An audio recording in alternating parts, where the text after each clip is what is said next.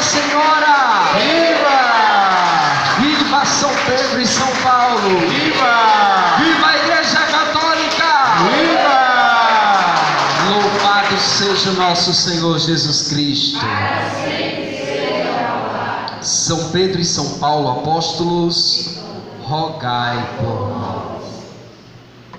Podemos pecar a palavra de Deus que se encontra na segunda carta de São Paulo a Timóteo, capítulo 4, versículo 5. 2 Timóteo 4, 5. Quem tem a Bíblia da Ave Maria, página 1523. Amém? Quem já achou vai rezando, para ver se Deus converte o outro para aprender a procurar, a ler a Bíblia e procurar mais de jeito. Ave Maria, cheia de graça, o Senhor é convosco. Bendita sois vós entre as mulheres, bendito é o fruto do vosso ventre, Jesus. Santa Maria, Mãe de Deus, rogai por nós, pecadores, Agora e na hora de vossa morte. Amém. Ave Maria, cheia de graça, O Senhor é convosco. Bendita sois vós entre as mulheres, bendito é o fruto do vosso ventre, Jesus. Santa Maria, Mãe de Deus, rogai por nós, pecadores, agora e na hora de nossa morte. Amém. Acharam? Acharam, irmãos? A palavra do Senhor diz assim: tu, porém, sê prudente em tudo, paciente nos sofrimentos, cumpre a missão de pregador do Evangelho, consagra-te ao teu ministério. Quanto a mim, estou a ponto de ser imolado, e o instante da minha libertação se aproxima. Combati o bom combate, terminei a minha carreira, guardei a fé. Resta-me agora receber a coroa da justiça que o Senhor, justo juiz, me dará naquele dia. E não somente a mim, mas a todos aqueles que aguardam com amor a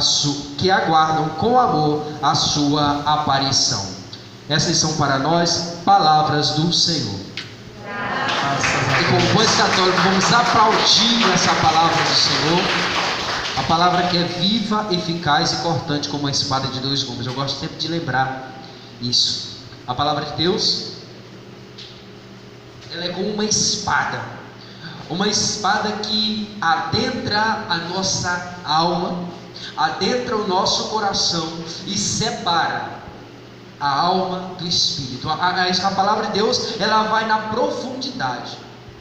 Por isso que quando nós ouvimos a palavra de Deus, é hora de estarmos atentos à leitura, à proclamação da palavra de Deus enquanto assembleia. Na hora em que se está lendo a palavra de Deus, é hora de fazer o que? Escutar, para colocarmos em prática. No momento em que nós estamos meditando a palavra de Deus, escutando a palavra de Deus, é hora da gente esquecer tudo aquilo que nos vai desligar da química do relacionamento com o Senhor. Nós vemos, infelizmente, nas nossas igrejas, no meio do povo de Deus, no momento em que nós vamos ouvir a palavra de Deus, aí é justamente a hora que dá vontade de conversar com o nosso irmão do lado. É justamente a hora que dá uma sede, a gente tem que sair para beber água. É justamente a hora que dá uma vontade de dar uma diarreia, dá uma mijaneira, sei lá o que acontece, dá uma vontade de ir no banheiro. Tudo nos acontece na hora de fazer o quê? De ouvir a palavra de Deus. No momento da oração, às vezes a gente passa o dia todo sem fazer nada dentro de casa, mas vai rezar. Dá logo um sono, dá logo uma fome, dá logo, alguém inventa de ligar para você. Quando eu vou rezar lá em casa com o Jânio, eu digo logo: desliga o telefone, porque se alguém ligar, eu quero o telefone. Às vezes acontece, nós começamos a rezar, aí alguém vai, telefone de Jânio, eu digo: olha, põe essa coisa no telefone. Aí hoje eu esqueci de tirar o meu, nós começamos a rezar, o meu toque. Eu digo: ah não é possível que agora Porque quando nós vamos buscar a intimidade com Deus, quando nós vamos buscar entrar na presença de Deus, tudo vai contribuir para que a gente não entre. E aí quando nós buscamos quando nós lutamos, dizemos para o inferno, para o céu e para a terra, ouvir através da nossa atitude: eu preciso entrar na presença do Senhor, eu tenho que entrar na presença do Senhor. A gente combate o bom combate, faz aquilo que Pedro, que Paulo, que Barnabé, que Timóteo, que São Paulo, que tantos homens e mulheres de Deus vivenciaram. São João Paulo II. São João Paulo II, que é sucessor de Pedro. E sucessor de Pedro, e por isso eu falei de Pedro e Paulo, porque são dois homens que hoje, dia 29 de novembro, a igreja de junho, era só para saber se vocês estavam atentos, a igreja no mundo inteiro celebra São Pedro e São Paulo, apóstolos.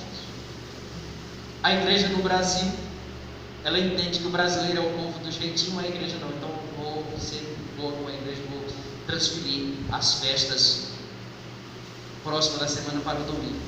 E aí a igreja faz isso aqui no Brasil, transfere para o domingo que vem. Vocês vão ver amanhã na celebração da noite, como no meio missa do domingo, o povo vai fazer a leitura do salmo, do comentário, e vai dizer: celebração de São Pedro e São Paulo. Mas quem são esses dois homens? O que há de importante, de tão maravilhoso na vida desses homens, que ali um era pescador, o outro era um estudioso, um jovem exemplar ali da sua época, que defendia a fé. E esses dois, tirados ali do pecado, tirado ali do ódio, de onde Paulo, ele era levado pelo ódio pelos cristãos, que ele saiu ali do meio do seu povo para perseguir a igreja. E se nós lemos a palavra de Deus, o primeiro mártir, Santo Estevão, quando ele foi martirizado, quando as pessoas mataram Santo Estevão, a gente vê que eles pegaram as vestes de Estevão e jogaram aos pés de Saulo. E aí, esse homem indo no caminho de Damasco para perseguir os cristãos, o Senhor aparece para ele por volta do meio-dia e disse: Saulo, por que me persegues? Mas em contrapartida, nós temos aqui um outro. Pedro era um pescador que estava ali às beiras do rio, do mar, e estava se preparando para pescar, e o Senhor disse para ele: ei, siga-me, e eu vou fazer de você pescador de homens. Esse Pedro, ele entra, o nome dele, ele era chamado Simão, filho de Jonas. E Simão começa a caminhar com o Senhor. Em um determinado tempo da vida do Senhor, da caminhada ali do ministério de Cristo, o Senhor tem que escolher 12. E o que é fantástico é que a Bíblia diz que primeiro, quando vai contar o Evangelho, ele diz: o primeiro, Simão, a quem foi dado o nome de Pedro. Quando os apóstolos, quando Jesus chegou na região da Cesareia de Filipe, e aí o Senhor perguntou: vem cá, eu só queria saber o que os homens dizem que eu sou. Aí quem os homens dizem que é o Filho do Homem? Aí uns disseram: não, uns dizem que tu és Elias, outros dizem que tu és Jeremias, outros dizem que tu és um dos profetas, outros dizem que tu é o profeta, aquele que deve vir, outros dizem que tu és João Batista que ressuscitou dos mortos. Todo mundo tinha errado. A Bíblia não diz que Pedro havia falado com eles. Aí Jesus faz uma pergunta: e vocês? O que vocês dizem que eu sou? Pedro, como sempre o primeiro, porque o líder, ele tem que ir à frente. Se ele errar, vai procurar consertar depois, mas se ele acertar, e aí Pedro, firme da fé, ele diz: tu és o Filho de Deus vivo, tu és o Messias, o Filho de Deus vivo. Jesus olha para Pedro e diz: feliz és tu, Simão, filho de Jonas, Porque não foi a carne nem foi o ser humano que te revelou isso, mas o meu Pai que está no céu. E por causa disso eu digo para você que tu és Pedro, e sobre essa pedra eu edificarei a minha igreja, e as portas do inferno não vão prevalecer contra ela. Aleluia, igreja. Essa igreja é a igreja católica, a igreja de Pedro. E o que eu acho mais importante e interessante nessa caminhada de Jesus é que um dia Jesus está no barco, e aí Pedro enfrenta, ou melhor, Pedro está no barco com os apóstolos. Jesus vai caminhando sobre a barca, caminhando sobre as águas, e aí os apóstolos tudo ficam ali com medo, assombrados. E agora? Nós estamos lascados pelo fantasma, nós aqui não tem para onde correr, se nós correr e tiver tubarão e vai comer nós. E aí estava ali todo mundo com medo. Pedro, como líder, como papa, ele chega e diz: Senhor, és tu? Pedro, o Senhor diz: ô mãe de cabra frouxo, é eu, rapaz. E aí Pedro vai e diz: não, eu vou ter que mostrar que eu sou macho mesmo, e vou. Senhor, eu vou fazer o seguinte: se é o Senhor, manda eu ir caminhando sobre as águas. E aí Jesus diz: vem, Pedro. E aí lá vai Pedro caminhando sobre as águas. E em um determinado momento da vida de Pedro, Pedro se afasta do barco, e está nesse caminho em que ele se afasta da barca, ele se aproxima de Jesus. E aí Jesus diz uma coisa para mim e para você nessa passagem do Evangelho. Jesus podia ter pego Pedro e colocado ali no seu braço e simplesmente ter continuado o restante do caminho sem Pedro, sem precisar ir para a barca. Mas Jesus pegou Pedro e disse: vamos voltar para a barca, porque a barca é a igreja, e não existe ninguém que possa buscar Jesus sem a igreja. Você não conseguirá encontrar-se com Cristo sem estar na barca. E ainda que você encontre o Cristo, Ele vai te levar para a barca, porque fora da barca você vai afundar no mar. Amém, igreja? Amém. Não caia na idiotice de querer buscar Jesus sem igreja. Não caia na idiotice de querer buscar o Cristo sem a instituição que Ele mesmo fundou. Tem gente dizendo por aí que Jesus não fundou uma igreja sobre Pedro, porque a palavra Pedro vem do grego Petros, que quer dizer pedrinha pequena. Só tem um problema: o livro de Mateus, ele não foi escrito em grego, ele foi escrito em hebraico e aramaico.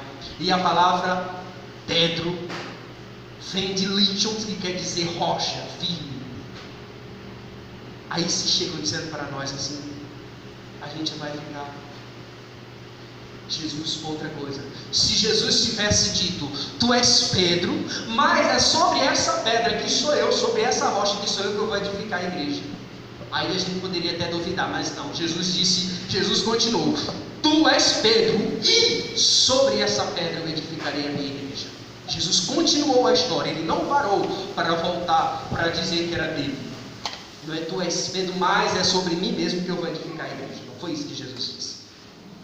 E aí a gente continua nessa mesma passagem. Você está no livro eu estou meditando com você agora no livro de Mateus, capítulo 16, versículo 18, versículo 19. O Senhor diz assim: olha, Pedro, eu vou te dar as chaves do meu reino.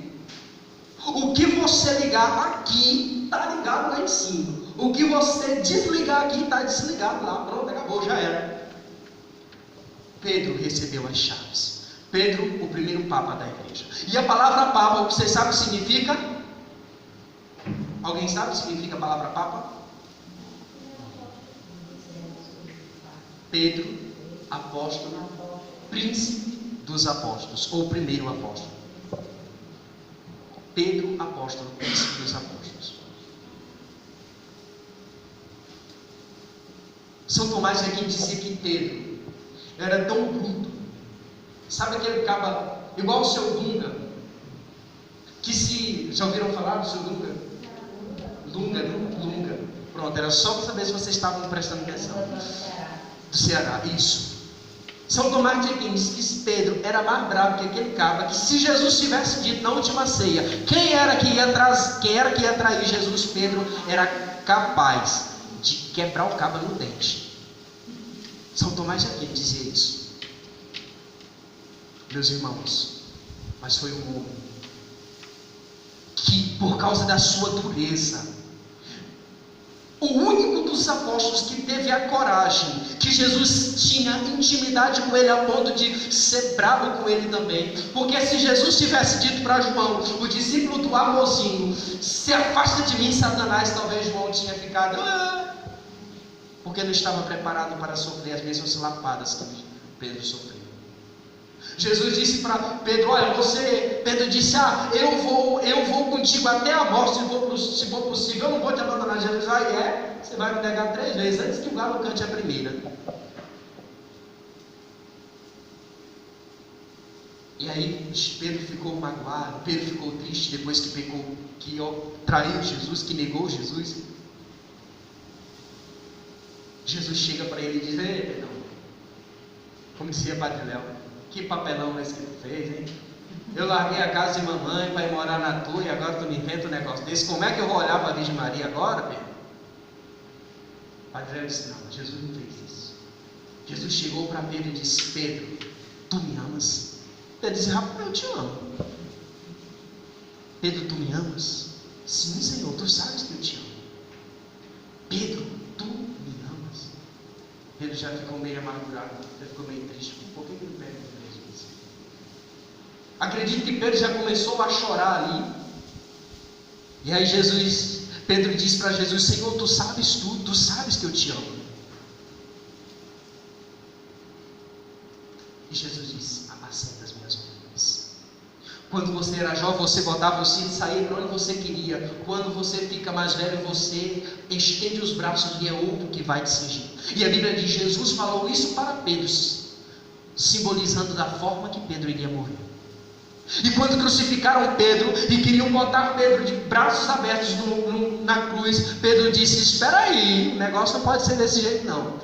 Eu não sou digno de morrer do mesmo jeito que o meu Senhor morreu. Eu quero ser crucificado de cabeça para baixo, porque ele era 100% santo. Eu pequei e traí ele. Eu não sou digno de morrer como ele. Pedro, o primeiro Papa da Igreja Católica.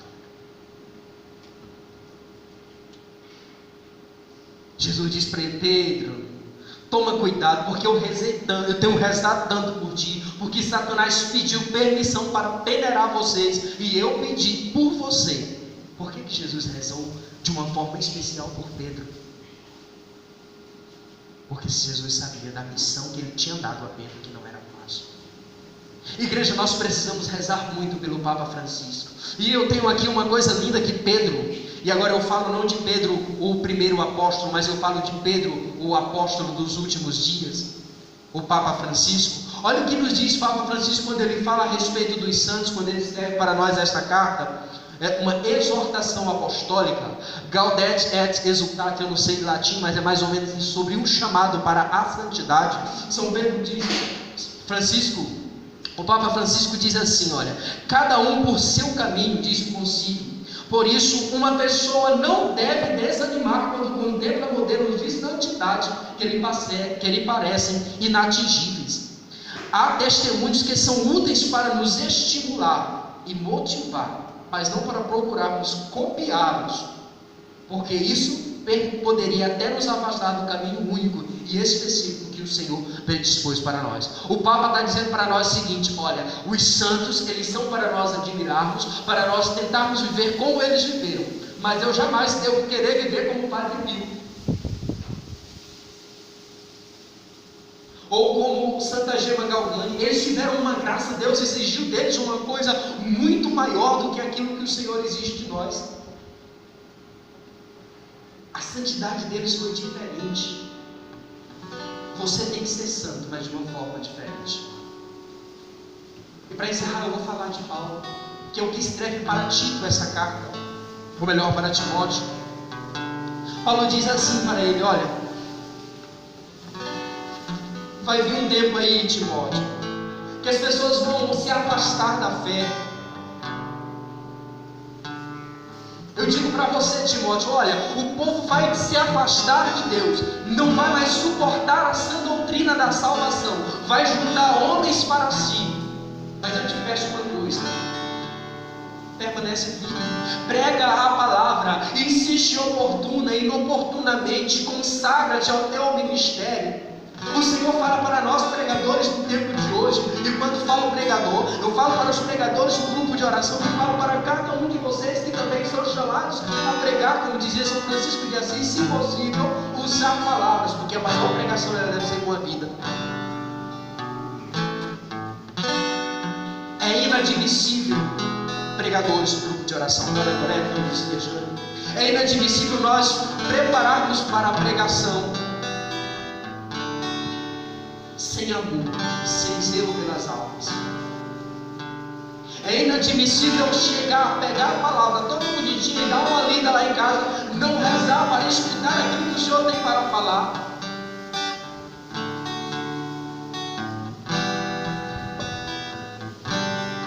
Como temos feito as nossas pregações? De que forma eu tenho me dedicado, me consagrado ao meu ministério, como diz São Paulo aqui para Timóteo? Será que nós já lemos nós temos o costume de ler a Bíblia todos os dias?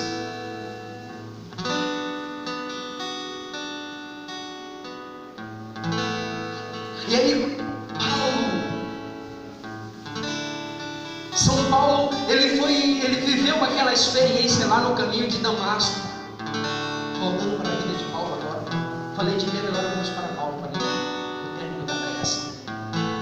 São Paulo viveu aquela experiência maravilhosa no caminho de Damasco. E um dia São Paulo chega e diz assim: olha, eu tenho como perda tudo aquilo que eu tinha antes. São Paulo chega a ser ainda mais.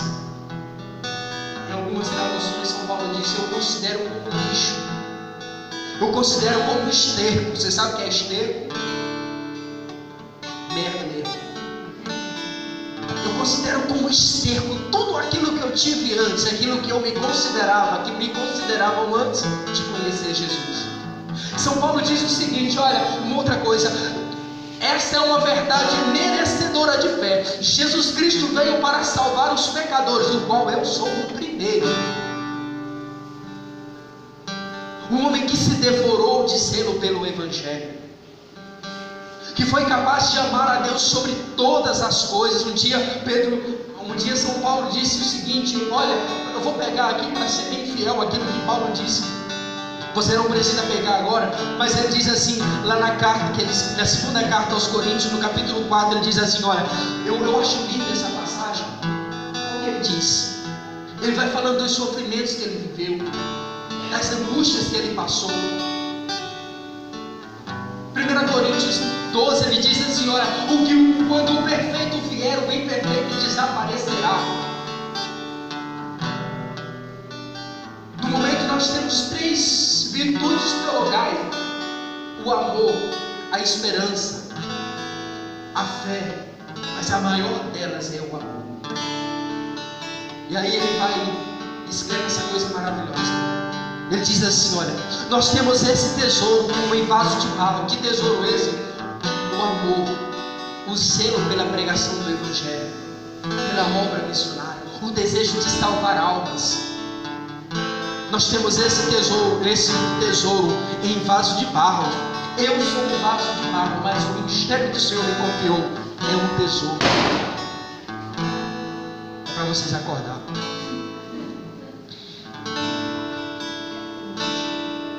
Para que transpareça claramente que este poder extraordinário não vem de nós, provém de Deus. Em tudo somos oprimidos. Escuta isso aqui, igreja. Olha, presta atenção aqui no que Paulo fala. Olha.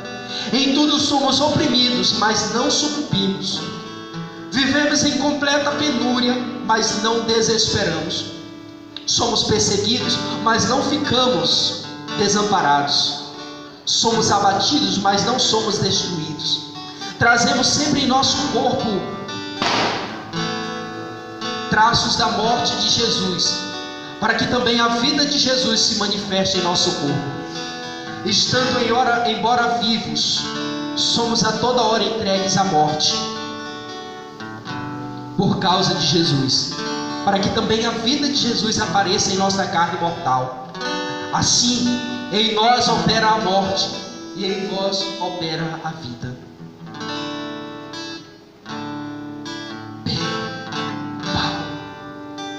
homens que combateram um bom combate, homens que sofreram, que experimentaram a dor. Os judeus tinham na lei judaica, lá no livro do Deuteronômio, diz que quando fosse chicotear alguém que tinha cometido um determinado crime, essa pessoa deveria ser chicoteada 39 vezes. Da mesma forma que chicotearam Jesus. Só que os santos da igreja dizem que eles começaram a chicotear Jesus e aí perdiam as contas e voltavam a chicotear de novo. Porque quando você perdia as contas, você tinha que voltar tudo do começo. São Paulo passou, se não me falha, 2 ou 3 vezes por esse castigo. Eles sofreram pelo Cristo. E nós, às vezes, igreja, temos sofrido dentro da nossa casa. Nós temos sofrido dentro da nossa família, por atitudes nossas. Às vezes nós pensamos até em desistir. Eu digo para você aqui, olha, se você já pensou em desistir de vir para a igreja, se você já pensou em desistir da caminhada com Cristo, por causa das tribulações, por causa das dificuldades, por causa que o grupo de oração termina um pouco mais tarde, por conta dos perigos do mundo aí fora,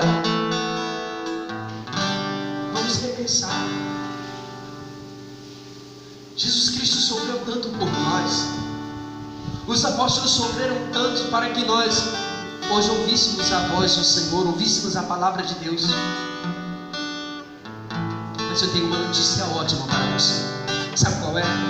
Você não está sozinho na batalha, você não está sozinho na luta. Combate o bom combate, porque assim como Paulo diz para nós hoje: ei, está chegando a minha hora, eu vou ser sacrificado, eu vou ser martirizado, eu vou sofrer a morte, está chegando a hora do meu sangue ser derramado, mas eu agradeço a Deus porque eu combati o bom combate, guardei a minha fé. São Paulo sabe como hoje é difícil para nós, igreja. Eu sei como é difícil para nós guardarmos a nossa fé, porque no meio de uma sociedade corrompida, assim, Pedro fala para nós: olha, fuja desse povo, dessa gente corrompida. Tem sido difícil, mas eu quero te convidar a ficar de pé, e na medida que nós vamos cantar essa canção, que todo mundo sabe, eu te convido a fazer dessa música a tua oração dessa noite. Nós já rezamos no início pedindo o Espírito Santo sobre a vida do nosso irmão do lado. Agora nós vamos cantar isso a Deus, dizendo para Ele: Senhor, eu preciso dizer para Ti que é impossível esquecer que essa batalha é do Senhor. Vamos cantar isso. E vai rezando com essa música, igreja. Senhor, preciso te dizer, é impossível, que não estou só nessa batalha também. só nessa batalha entre o bem. Ei. A cada nova experiência eu te glorifico mais. De ter A maior diferença em mim. Com combates eu não combater, minha coroa não conquistarei. Se minha carreira eu não completar, de que vale a minha fé tanto guardar?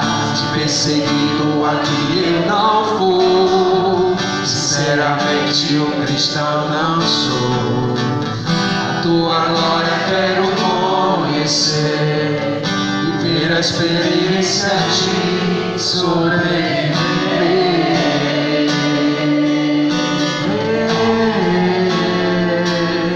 Viver pra mim é Cristo, diga isso. morrer pra mim é ganho. Não há outra questão, quando se é cristão, não se para de lutar. Triunfarei sobre o mal. Triunfarei sobre o mal. Profetiza. igreja, conquistarei. Não há outra questão, quando se é cristão, não se para de lutar até chegar ao céu. Senhor, precisa, vamos no começo de novo. Vamos fazendo mesmo a nossa oração com essa música, igreja. Traz à tua mente tantos sofrimentos que você já passou, mas vai profetizando nessa canção: eu triunfarei sobre o mal. Assim como a Imaculada, a Virgem Maria, ela triunfa sobre os inimigos da igreja, ela triunfa sobre os problemas da nossa casa. Nós triunfaremos, porque nós não somos filhos da serpente, nós somos filhos da Imaculada. Aleluia. Por isso vamos cantar isso desde o início. Senhor, preciso te dizer, Senhor, preciso te dizer, é impossível esquecer. E não sou só nessa batalha, entre o bem e o mal. A cada nova experiência eu te glorifico mais. De ver a maior diferença.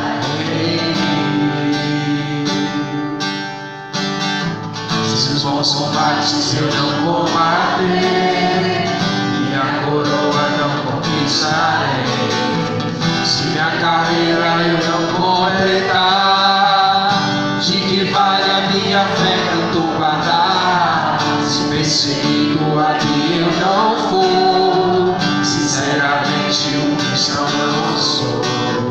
A tua glória quero conhecer, viver a experiência de sobreviver. vamos fazer um coral bem bonito, alegrando. Viver pra mim é Cristo, isso. Morrer pra mim é ganho. Não há outra questão, quando se é cristão, não se para de lutar. Triunfarei Sobre o mar, isso, igreja, conquistarei. Você conquistará a coroa da glória, da vida eterna, que tem um poder, uma glória incomensurável. Mas enquanto você não conquista essa coroa, vai metralhando, vai lutando, vai batalhando, vai combatendo o bom combate, porque viver é Cristo e morrer é lucro, igreja.